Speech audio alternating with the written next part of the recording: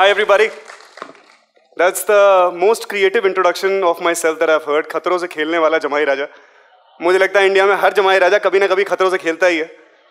So quite a lot has been said, and I feel very happy and proud that you've introduced me the way you have introduced me. I need to take some tips on anchoring from you guys. I tend to over-anchor a lot. So, TEDx has been a very inspiring thing in my individual life also. I've seen so many of these TED Talks, and they've all been extremely inspiring. I've learned so much, applied so much, have become a better version of myself. And here I am with my own. People who've been here have been far more accomplished than I am. People who've been here and used this stage, like Jograji, Mr. Shah Rukh Khan. I didn't get your name. I just walked in during. Sumrit, such an inspiring speech. You know, even in terms of struggles and exposure, people have had so much, but I have my own experiences, and here I am.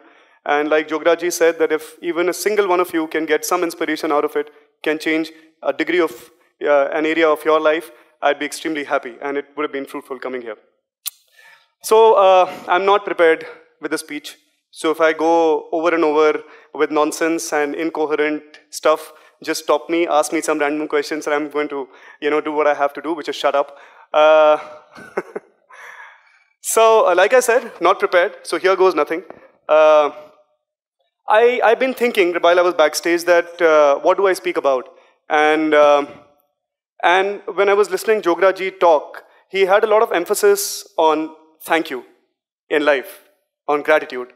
So I would like to speak about the two tools of my life. And the first tool, clearly, because I've already mentioned it, is gratitude. The second tool, okay, so before I speak about the second tool, let me speak to you about the people who inspired me from the creative space, from the industry. I'm 33 years old. I'm a television actor. And I come from Gurgaon. It's popular for many reasons. Not all of them are good. But here I am. And a lot of my conditioning has been because of this creative space, the beautiful industry that I'm a part of, and I'm very, very proud of it. There are many good things about being an actor. You get a lot of attention. You get a lot of love. You get a lot of good wishes from people who don't even know you. You know, they send you so much of prayer. They send you so much of warmth. And we are made because of that. We are made because of what you send us. And other than that, also, there are many things that we get. You know, there's the fat checks, which I have not charged for coming here. And there are opportunities of meeting various kinds of people. People who've achieved a lot. People who are striving to achieve a lot. There are people who've given up completely. But in all these people, there are these various traits, different kinds of conditioning that they share with you, and they somehow contribute to your personality, to shaping you up. So let me first of all talk about the people who achieve a lot, because these are the people we want to latch on to. We want to have their stories. We want to make it our own. We want to latch on to their frequencies, be like them, There's so many great people in our industry, so many of them. And, whether it is Raj Kapoor or Guru Dutt or Dev Anand or Shah Rukh Khan or Ranbir Kapoor in the present times, they've all been there. And when you even the people that you don't meet, even internationally speaking, like Martin Scorsese or Christopher Nolan, so many great filmmakers, Daniel Day-Lewis, so many great actors, So even the people that you don't actively get to meet, you get to sample their work. You get to see them on screen, the films that they have made, the films that they have acted in. And whenever you try to eavesdrop into their mind, whenever you try to look at how they are thinking, you realize that there's one thing that's common amongst all of them, and that is madness. It's delusion. Delusion. So is it getting a little complicated? Should I simplify it a bit? So when Shah Rukh Khan looked at the Mumbai city at Bandstand and said that one day I'm going to own this city, that was delusion. I'm sure if there was a second guy standing right next to him, he would have turned around and said, "Pagal ho gaya tu? Dimag kharab ho gaya tera? Kaisi baatein kar raha hai tu?" At some point of time, हम सबकी life में एक ऐसा moment आता है जब हम कुछ कहते हैं, and that thing is delusional enough for somebody else to turn around and look at us and say, तेरा दिमाग खराब हो गया, तेरे बस की नहीं है. Am I right? I am right, right? So it must have happened in all our limited exposures to life. I'm not much older than you, at least I'd like to believe that. But at some point of time, all of us, and all great people in this world have had a vision which has exclusively been their own. It's not shared with anybody because not many people have believed in it. It could be from the theory of relativity to Darwin's theory of evolution to anything in the middle. such is life. So my second tool of my life is delusion. Gratitude and delusion, these are the two things I'm going to speak about. I came to the kingdom of dreams, the city of dreams, Mumbai, in 2001 to become an electronics and telecommunication engineer. And I became an electronics and telecommunication engineer. I'm not very good at it. तो अगर आप लोगों के telephones के अंदर कोई भी problem हो, cell phones में कोई भी problem हो, मुझे मत देना, मेरे बस की कुछ नहीं है. So, but let me go back a little bit in time. And so when I should have taken commerce, because I was good enough for that, I thought that I would also enjoy a lot of my friends. I went ahead and I was delusional enough to take up science. And then I was delusional enough to believe that I'll be able to do well at it, and I actually did well in science. And then I was delusional enough to believe that I'd be able to compete with HSC students who had way better percentages than mine in 12th, and I'd be able to get a seat in their college in their city, and since I was delusional enough, I got that too. That's where I disconnected from my delusion for some time, and I got into realism. And then realism limited me. Because at that point of time, it didn't take me long enough to realize that this course is not for me, because in the very first semester, 4 months into my engineering, I failed in 4 out of my 5 papers. So now you will not clap, will you? So 4 out of my 5 papers, and the dominoes effect continued, and in the subsequent semester also, I failed in 4 out of my 5 papers, and I landed up back in the city where I came from, which was Gurgaon. And a little bit about my father is he comes from a village where there was no electricity until some time back. And he studied there, and I'm able to talk in English in front of all of you because he studied very, very hard, and he's worked very hard, and he topped Uttar Pradesh in his time. And then his son goes to another city altogether, takes the honor of his family with him, and then fails there, miserably. Falls flat on the face and comes back to his city. ऐसा लगता है जैसे वो हमारे पिक्चरों में दिखाते हैं कि लड़की की शादी हुई और ससुराल वालों ने वापस भेज दिया. तो जो प्रेशर परिवार वालों पे आता है, जो माँ बाप के ऊपर प्रेशर आता है, कुछ वैसा ही प्रेशर मेरे माँ बाप ने ले लिया था. And obviously it found its way to me also, because I was constantly seeing, अरे आप तो दुबे जी के लड़के हैं ना, वही जिन्होंने यूपी टॉप किया था, आप तो फेल होके वापस आ गए. क्यों पढ़ाई लिखाई नहीं होती क्या वहाँ पे? सब आप बच्चे लोग एक जैसे ही होते हैं, स्पेंसरिफ टाइप के. So I had to listen to all these comments, and because I was vulnerable, because I was young, very, very impressionable, a little thing like this pushed me to the edge, and I contemplated suicide. So at that point of time, I wish that I was delusional enough for my future self to come to me and look me in the eye and say, "Terko pata hai teri life kya hone wali? Do you even know what's going to happen to you? You're going to be a TV actor. Do you know that? You're going to do so many good shows. There are going to be some awards down the line. You're going to get married to the most beautiful woman in the world. Your life is going to transform completely." If I was not realistic in that moment, I wouldn't have committed the most shameful act of my life, which was an attempt to end it. Well, this moment passed. Thankfully, I was a failure at that too.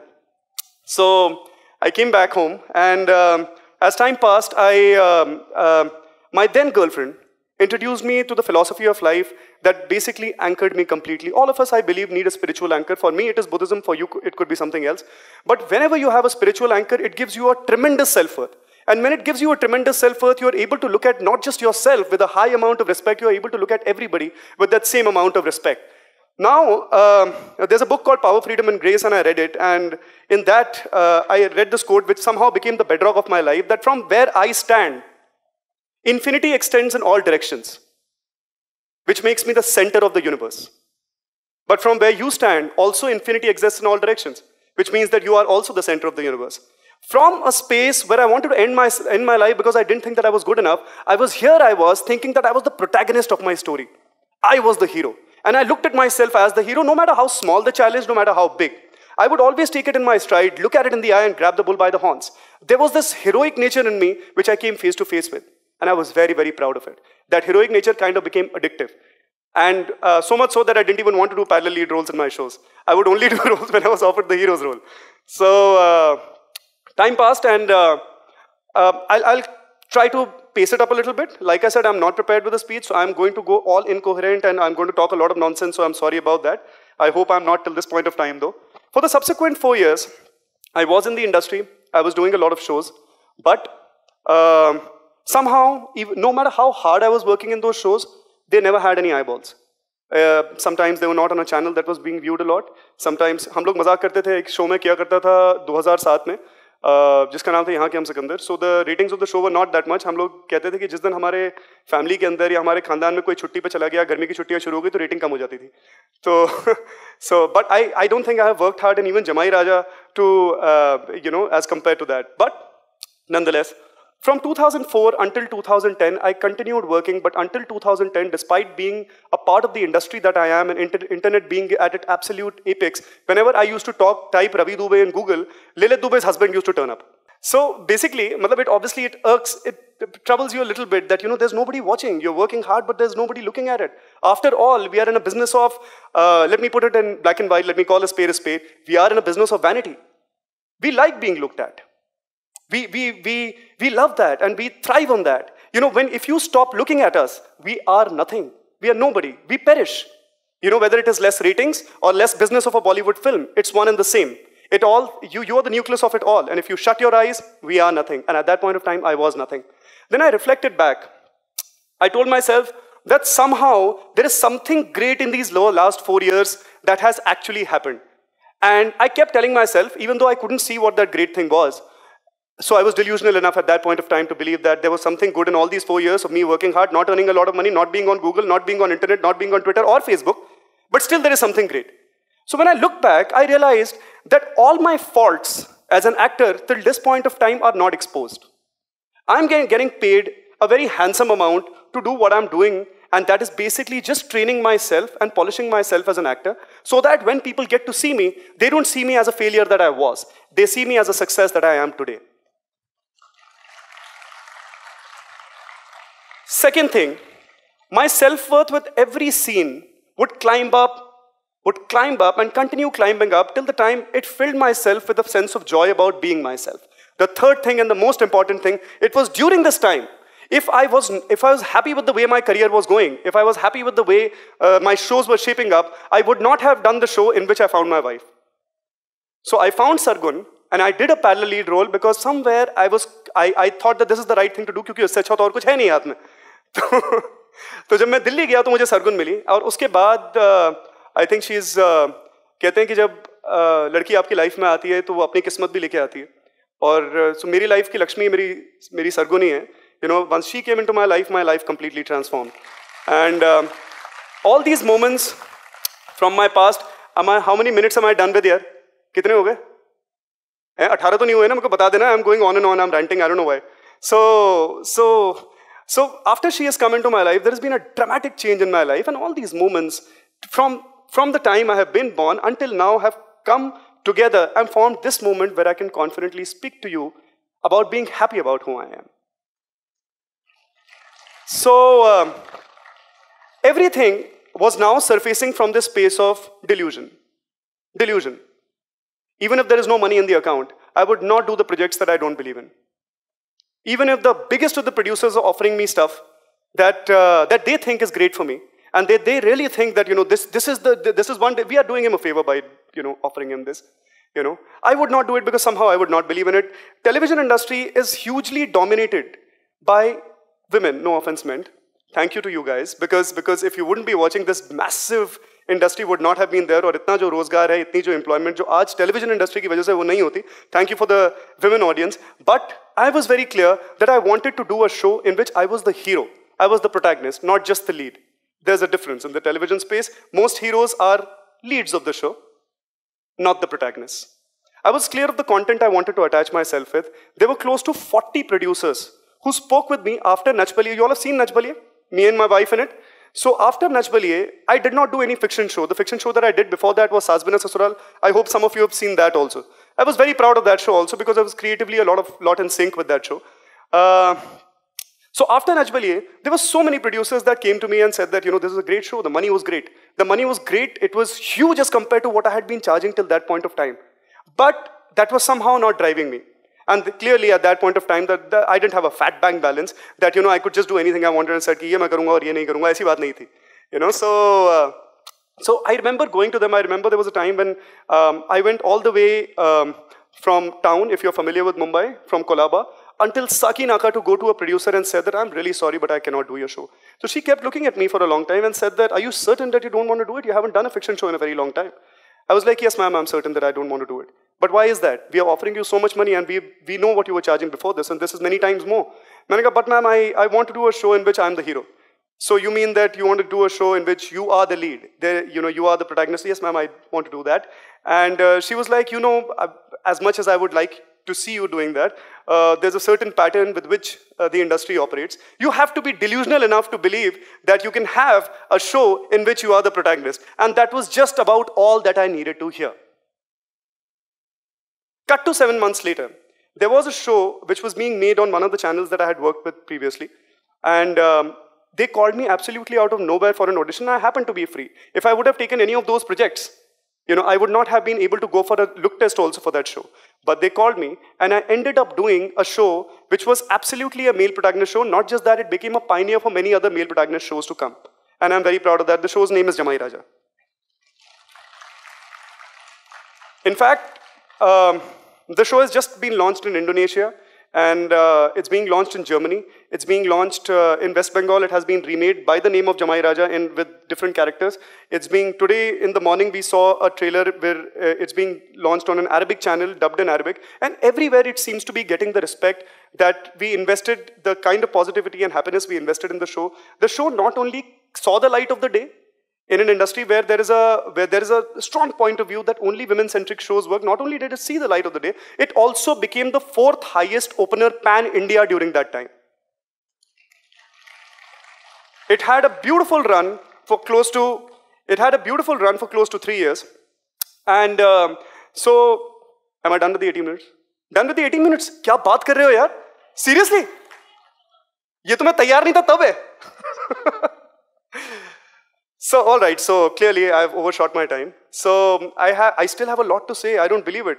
So I should come to these talks completely unprepared because I have more to speak. So I'm going to cut the professional journey short and I'm going to come straight to the end. At all times in our life, we are faced with this choice: limited realism or infinite delusion, healthy delusion. Our destiny, as we say, it only determines our past because we can't do anything about it. It determines our present to some extent because we can't do much about it. But it cannot determine our future because the future is a space of infinite possibilities. Anything can happen right now. There's a spaceship that can land right here in the center of this auditorium. We don't know that because the next second has yet not happened. So the future is an imaginative space. Your memory can take you into your past. Your 5 senses can make you perceive the present, but your imagination manufactures the future. So, before I go, I want to give you all a little homework. Find the most delusional version of yourself, the highest version of yourself that you can imagine.